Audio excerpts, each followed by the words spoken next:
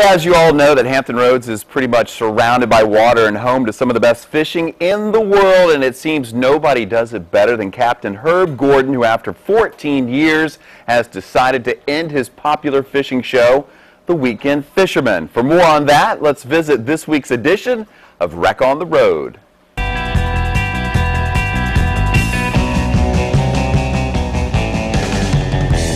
This week's Reck on the Road takes us to Marina Shores, where we are with Herb Gordon, the author, producer, and the main guy behind The Weekend Fisherman. You did it for 14 years, yet you're calling it quits, Herb. Why?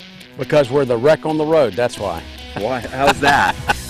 No, it's been a long, very prominent run. I've really enjoyed doing it, Chris, and I started doing it with Richard Welton. He was a co-founder with me, and people kept asking us, what's biting, where's the fishing, what do we do this weekend, what's the best bet? So he said, instead of having to answer all these questions individually, let's just put it on the air, tell everybody.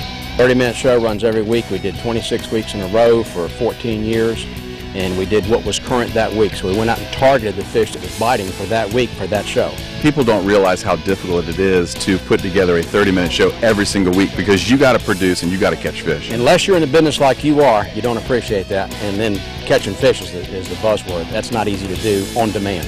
You are a master at catching fish here in Hampton Roads. Talk about this abundant fishery we have and how lucky we are to have it. Chris, we're very blessed in this area, and that's one of the reasons I wanted to do the show. It's not for profit or anything. I just did it for fun and to help my charter business, which it did maybe a little bit. But we are so blessed in this area to have some of the best fishing in the world, and I want to promote that. I want people to realize what a great place this is.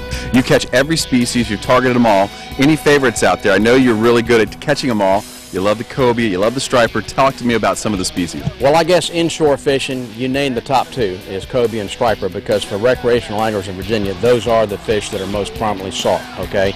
And of course, I think striped bass is number one and probably flounder is number two, because there's more people that fish for those two species than any other combination thereof. The Weekend Fisherman was an excellent show, but you went all over the place, not just here locally. You went to Central America. We started out locally, and then I got bored, if you will, in the wintertime, and you can't just keep having a striper show and a striper show every week, and that's what you fish for in the wintertime here. So I started going to Central America, started with Costa Rica, ended up in Guatemala.